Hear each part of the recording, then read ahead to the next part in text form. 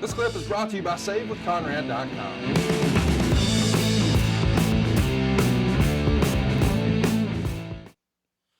Let's mention too that we've still got to do all our WrestleMania promotion, and Bret does Regis and Kathy Lee on March 26th to promote WrestleMania. Regis and Kathy Lee were always a great ally to the World Wrestling Federation. How did Bret do in this role of WWF brand ambassador, if you will?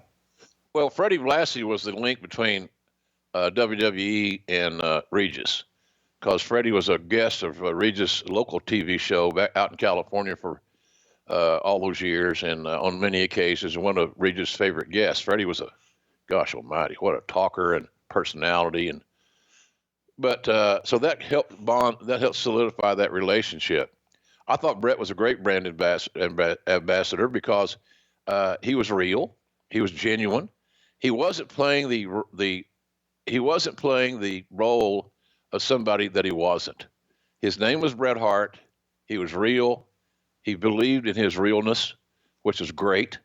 And so I thought he was he's always, the only thing about Bret, sometimes he had a little trouble telling time, being on time. I remember that we talked about that dungeon thing with him and Stu. He was like an hour or two late. So guess what? Stu gets restless at the breakfast table.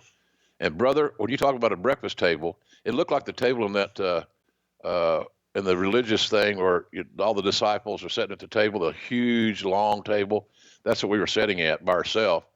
And he got restless, did Stu, waiting on Bret.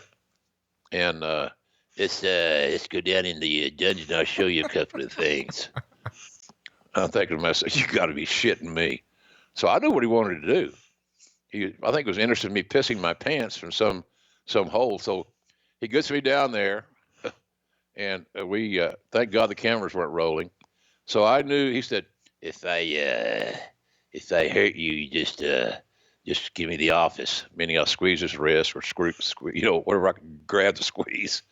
And so I to say I was quick on the squeezing would be an understatement. But it was just an interesting day for me, because of all the famous guys that were actually athletes, unlike me, that were in that dungeon that had been tortured, and that he had seen how bad you want to be a pro wrestler. We're going to find out today, type deal, because I'm going to hurt your ass. So the question is, will you be back tomorrow or next week or whatever the case may be? So, but Bret was real. That was just in his psyche. He learned this way. He grew up in this environment. He was a former amateur wrestler, but he was Stu Hart's son. And Stu Hart's son, Bret, was destined to be a modified, upgraded version of these fundamentally sound, I will beat your ass any way I can, including a submission, because he used a sharpshooter, submission hold. So I thought Bret did a great job there with those shows, the PR missions. He looked good, great smile, polite, happy to be there type thing. And any TV host that when you're a TV guy and you're interviewing somebody from the outside, and I've done hundreds of these, that when the guy is genuinely excited that you're talking to him about this subject, it makes everything so much easier, and it's such better television. And I always thought Bret did good TV. Was he flamboyant? Was he over the top? Did he, no, but he was real.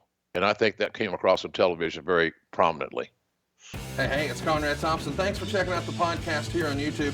Be sure to hit the subscribe button and the notifications bell so you get a notice anytime we upload some new content. And go save yourself some money right now. If you're in a 30-year loan or you have credit card debt, it's not a matter of if I can save you money. It's a matter of how much. Find out right now for free at SaveWithConrad.com.